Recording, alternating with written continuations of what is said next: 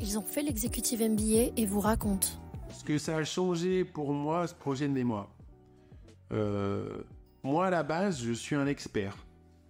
Même si j'ai une formation de type grande école de commerce au départ, donc on voit plein de choses, je me suis spécialisé dans un domaine qui était le conseil en marketing et communication.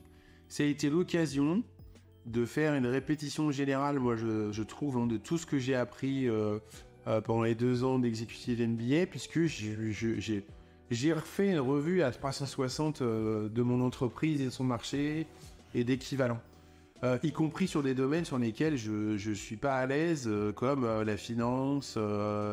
Oui, c'est pas du tout ma tasse de thé, mais j'ai fait exprès de me faire mal sur cette partie-là. Quand je dis me faire mal dans le sens positif, dans le sens d'aller pousser assez loin pour dire, voilà, qu'est-ce que ça veut dire pour une entreprise comme la mienne en termes d'investissement, qu'est-ce que ça veut dire pour une entreprise comme la mienne en termes de valorisation, qui sont des sujets que je traite absolument pas du tout au quotidien, dans mon quotidien professionnel, mais qui sont des sujets de dirigeants.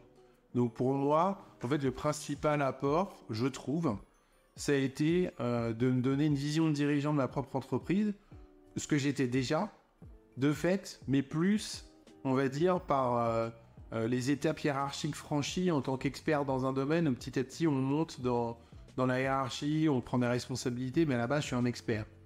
Et là, c'était une vision justement plus transversale, et de se dire, un dirigeant, il réfléchit à 360, il réfléchit à sa culture, à ses RH, à sa finance, à ses offres, à son marché, à sa concurrence.